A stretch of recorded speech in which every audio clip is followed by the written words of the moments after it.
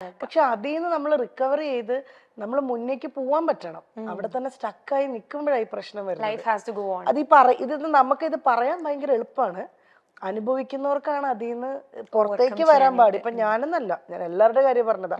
പുറത്തേക്ക് ഒന്ന് വന്നാ പിന്നെ നമ്മൾ ഓക്കെയാണ്. പക്ഷെ പുറത്തേക്ക് വരാൻ ടൈം എടുക്കും.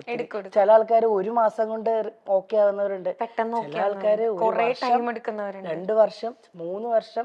പിന്നെ ഞാൻ പറഞ്ഞല്ലോ, പിന്നെ ഈ മെമ്മറീസ് ഒന്നും നമ്മൾക്ക് ഒരിക്കലും മരിക്കാത്തത് കൊണ്ട് ഇടയ്ക്കിടയ്ക്ക് നമ്മളെ വന്നിങ്ങനെ ഹിറ്റ് ചെയ്തുകൊണ്ടിരിക്കും. അതുണ്ടാവും.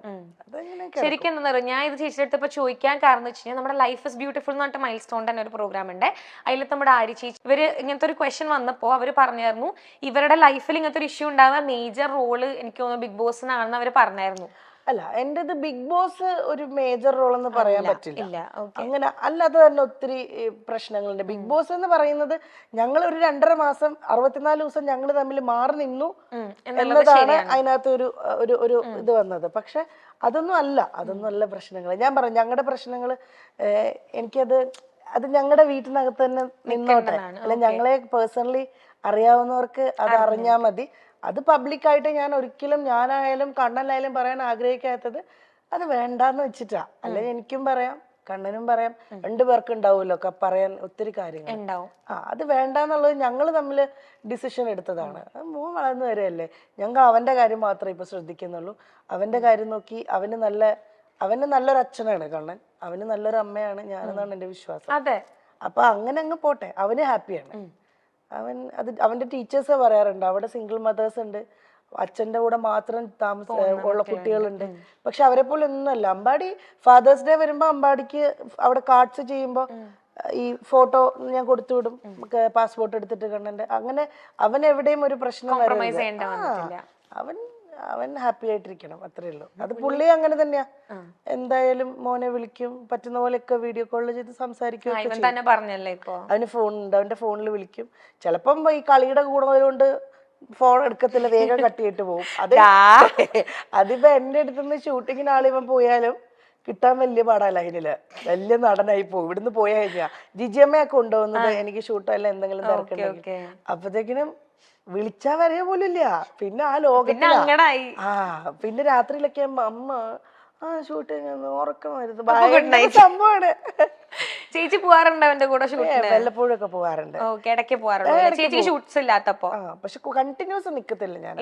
കാരണം ഇവനും ഇഷ്ടം ഇവന്റെ ആ സർക്കിളിൽ അങ്ങനെ നിക്കാനാ. ഞാൻ എന്റെ കുറച്ച് റെസ്ട്രിക്ഷൻ വരും. അമ്പാടി ഇവിടെ വാ, അമ്പാടി ഇവിടെ നിൽക്കി, അമ്പാടി ഇവിടെ നിൽക്കി. ഞാനില്ലെങ്കിൽ ജിജിയമ്മയുടെ അടുത്ത് കുറച്ചൊക്കെ നമ്പർ എടുക്കും. പിന്നെ ചെറുതും കൂടെ ആണല്ലോ, അപ്പൊ ഭയങ്കര ഒരു കൺസേൺ കൂടെ കിട്ടൂടാ കള്ള നിനക്ക്, അല്ലേ? ഇപ്പൊ ഞാൻ ചേച്ചിയുടെ അടുത്തൊരു ക്വസ്റ്റ്യൻ ചോദിക്കുകയാണെങ്കിൽ, നമ്മുടെ പ്രൊഫഷണൽ ലൈഫിൽ ഭയങ്കരമായിട്ട് ഷൈൻ ചെയ്ത് നിൽക്കുന്ന ഒരാളാ ചേച്ചി, ഭയങ്കരമായിട്ട് എല്ലാവരും നോട്ടീസ് ചെയ്യുന്ന ഒരാളെ ചേച്ചി. ചേച്ചിക്ക് എപ്പോഴെങ്കിലും തോന്നിയിട്ടുണ്ടോ പേഴ്സണൽ ലൈഫിൽ ഒരു ഫെയിലിയർ ആയി പോയി എന്ന് തോന്നുന്നുണ്ടോ? ഇല്ലില്ല, ആ സ്റ്റേജ് കഴിഞ്ഞു മോളെ. ഞാൻ പറഞ്ഞല്ലോ, ഞാൻ പറഞ്ഞില്ലേ നേരത്തെ, എന്ത് പ്രശ്നം വന്നാലും നമ്മൾ അവിടുന്ന് തിരിച്ച് എണീറ്റ് വരിക എന്നുള്ളതാ. അങ്ങനെ തിരിച്ചിപ്പോ ഞാൻ എണീറ്റ് വന്നിട്ടുണ്ട്. പിന്നെ അത് ഫെയിലിയർ ആയിന്ന് തോന്നാൻ ഇപ്പൊ ഫാമിലി ലൈഫ് ഇല്ല എന്ന് പറയുന്ന ഒരു ഹസ്ബൻഡ് വൈഫ് അങ്ങനെ ഒരു റിലേഷൻ ഇല്ല എന്നൊഴിച്ച് എൻ്റെ കൂടെ എനിക്ക് മോനുണ്ട്. എനിക്ക് ഫാമിലി എന്ന് പറയാൻ എനിക്ക് മോനുണ്ട്. എന്നെ അങ്ങനെ സ്നേഹിക്കുന്ന കുറെ സുഹൃത്തുക്കളുണ്ട്, എൻ്റെ കൂടെ കൈപിടിച്ച് നിൽക്കാൻ എന്നെ ഉറപ്പായിട്ടും. എൻ്റെ ബന്ധുക്കളൊക്കെ പണ്ടത്തെക്കാളും അവരെല്ലാവരുമായിട്ട് ഞാൻ കുറെ കൂടെ അറ്റാച്ച്ഡ് ആയിപ്പോ. ബിഗ് ബോസിന്റെ സമയങ്ങളിലെക്കാളും ഒക്കെ എൻ്റെ ബന്ധുക്കൾ എല്ലാവരുമായിട്ടും വരലുണ്ട്. എനിക്കൊരു ചേട്ടനുണ്ട്. ചേട്ടൻ്റെ പേര് ശരത് എന്നാണ്. ചേട്ടന് വൈഫ് പ്രിയ, അവർക്ക് 2 മക്കളുണ്ട്. ഒക്കെ അവര് വരും. അമ്പാടിക്ക് ഭയങ്കര ജീവനാണ്, ഭയങ്കര ഇഷ്ടമാണ് അവരെ. അപ്പൊ അങ്ങനെ എനിക്ക് ഫാമിലി എന്ന് പറഞ്ഞാൽ എനിക്ക് കുറെ പേരുണ്ട് ഇപ്പോ, സ്വന്തമായിട്ട് ബന്ധുക്കളായിട്ടും സുഹൃത്തുക്കളായിട്ടും എന്നൊക്കെ പറഞ്ഞ്. അപ്പൊ അതിനകത്ത് ഇങ്ങനെ ഒരു സംഭവം ഒഴിച്ചാൽ അപ്പൊ അതെപ്പോഴും നമുക്കുള്ളിലൊരു വിഷമമാണത്. അതൊരിക്കലും അയ്യോ ഞാൻ പരാജയപ്പെട്ടു പോയി, ഞാൻ സക്സസ്ഫുൾ ആണ്. എൻ്റെ മോനെ ഞാൻ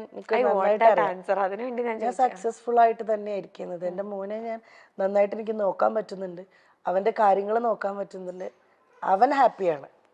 ആ രീതിയിൽ ഞാൻ 100% സക്സസ്ഫുൾ ആണ്. ഇൻഡസ്ട്രിയിലും വലിയ കുഴപ്പമില്ല.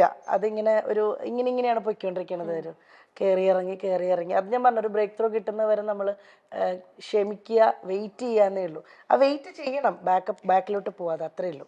എനിക്ക് ശരിക്കും ചേച്ചി പറയുമ്പോൾ ശരിക്കും ഫീൽ ചെയ്യുന്നുണ്ട്. ഇപ്പൊ ഞാൻ ചേച്ചിയുടെ അടുത്ത് ആ ക്വസ്റ്റ്യൻ ചോദിക്കാനുള്ള കാരണം എന്ന് വെച്ചാൽ കുറെ ഇപ്പൊ സൊസൈറ്റിയിലാണെങ്കിലും കുറെ പേരുടെ വിചാരമുണ്ട് ഇപ്പൊ സെപ്പറേറ്റഡ് ആയി എന്ന് പറഞ്ഞു കഴിഞ്ഞാൽ ദാറ്റ് മീൻസ് ഒക്കെ എന്തൊക്കെയോ തീർന്നു പോയി അല്ലെങ്കിൽ ലൈഫിന്റെ എന്താണ് ഫുൾ സ്റ്റോപ്പ് ആയി എന്നൊക്കെ. ബട്ട് ചേച്ചിയുടെ അടുത്ത് ആൻസർ കിട്ടാൻ വേണ്ടിയിട്ടാണ് ഞാൻ ശരിക്കും ചോദിച്ചത്. ഒന്നുമില്ല കേട്ടോ, അത് എനിക്ക് അങ്ങനെയൊക്കെ തോന്നിച്ചൊരു സമയം ഉണ്ടായിരുന്നു. പക്ഷെ അങ്ങനെയുള്ളവർക്ക് വേണ്ടിയിട്ടാണ് അങ്ങനെ ഒരു പക്ഷെ അതൊന്നുമല്ല. ഇപ്പൊ അമ്പാടി ഉണ്ട്, അമ്പാടിക്ക് ഒത്തിരി കാര്യങ്ങൾ ചെയ്യാനുണ്ട്. എനിക്കിപ്പോ 34 വയസ്സ് കഴിഞ്ഞു, എനിക്ക് ഇനിയും കിടക്കുകയാണ് ഒരുപാട് വർഷങ്ങൾ. നല്ല നല്ല ഒത്തിരി കാര്യങ്ങൾ ചെയ്യണം, ഒത്തിരി സിനിമകൾ ചെയ്യാൻ, അല്ലെങ്കിൽ ഒത്തിരി എന്തെങ്കിലുമൊക്കെ ബിസിനസ് കാര്യങ്ങൾ ചെയ്യാൻ ഒക്കെ ഇനിയും കിടക്കുകയാണ്. നമുക്കൊന്നും ആരും എവിടെയും പരാജയപ്പെട്ടു പോകുന്നില്ല. ദൈവം അനുഗ്രഹിച്ച് നമുക്ക് വേറെ അസുഖങ്ങളോ പ്രശ്നങ്ങളോ ഇല്ല. ലൈഫിൽ ഏറ്റവും വലിയ പ്രശ്നം എന്ന് വെച്ച് കഴിഞ്ഞാൽ ഭയങ്കരമായ രോഗങ്ങൾ പിടിപെടുന്നതാണ്. അതൊന്നും ഇല്ലാത്തിടത്തോളം ഞാനും എൻ്റെ ഫാമിലിയും അല്ല എന്നെ ഞാനും ചുറ്റിപ്പെടുന്ന ആൾക്കാരെല്ലാവരും ഹാപ്പിയാണ്. രോഗങ്ങൾ ആർക്കും വരാതിരിക്കട്ടെ.